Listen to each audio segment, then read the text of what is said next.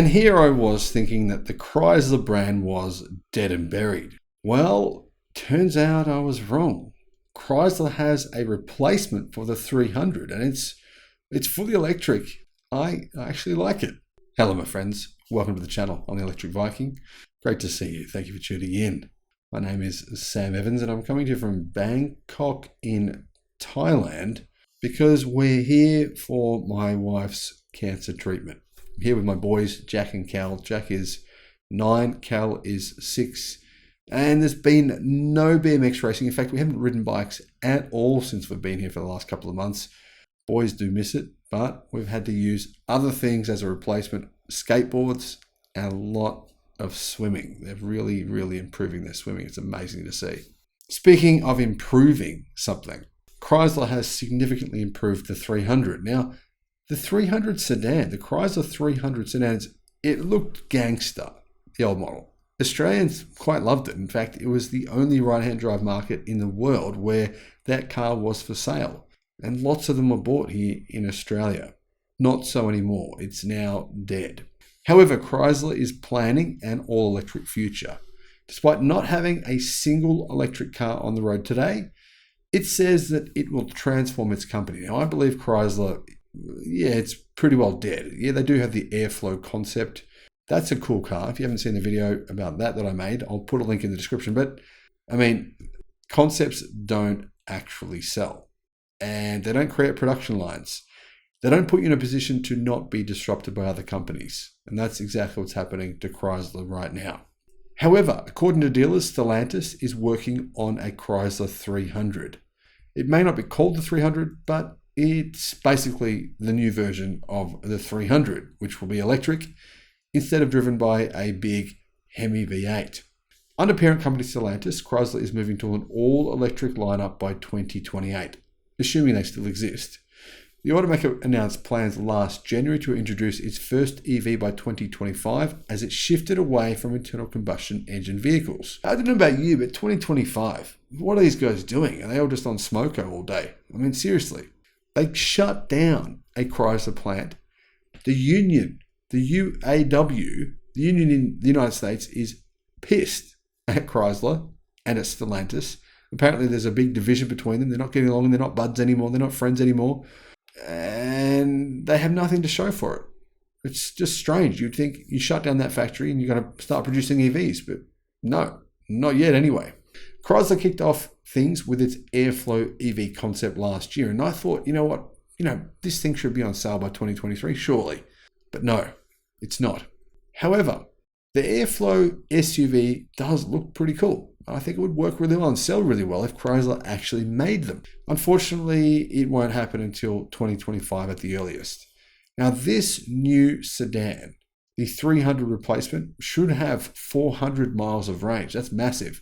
Level 3 autonomous capabilities and additional technology to make the ride experience more enjoyable. I'm going to guess maybe some of the advanced suspension system that we're seeing in BYD. Tesla has their own advanced version as well. If you haven't seen that suspension, it's incredible, actually. I'll put a link in the description to my video about that.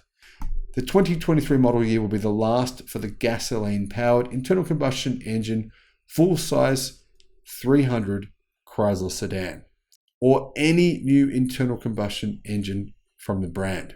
However, the Chrysler 300 spirit is going to live on in the electric era, says Electric themselves.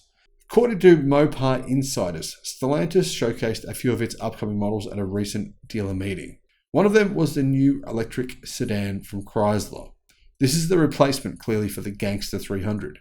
Several dealer sources said Chrysler's new electric sedan closely resembles the concept images shown during the Stellantis EV Day all the way back in 2021. So, I mean, that was 2 years ago, and they still don't have a working product yet. I mean, this is Stellantis. This is a massive company. You would think that they would. It just seems like they're not really focusing on Chrysler at the moment. Not investing into it.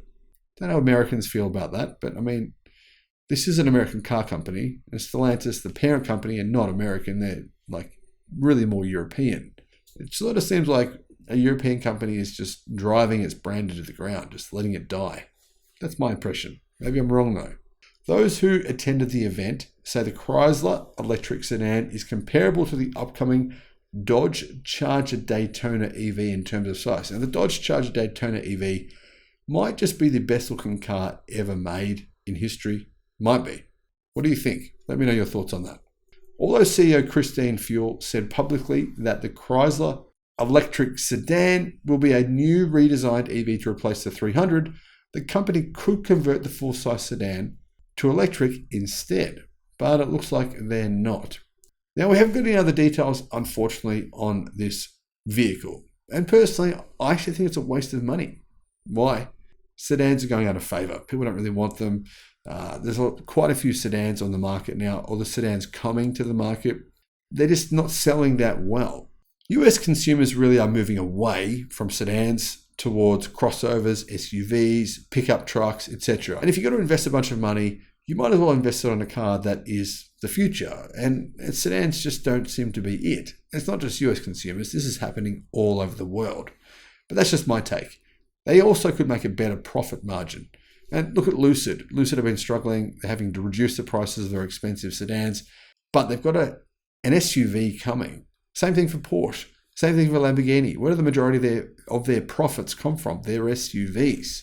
Anyhow, either way, I think this is a good thing. It's out with the old, in with the new. And I mean, Chrysler themselves, Dodge themselves have said on numerous occasions, we've reached the limits of internal combustion engine capacity. If you want real power now, you've got to go electric. If you want real power now, it's not noisy and loud like the old Hemi V8s. It's actually pretty much silent. Silent but deadly. What are your thoughts on this? Let me know in the comments, and thank you for watching.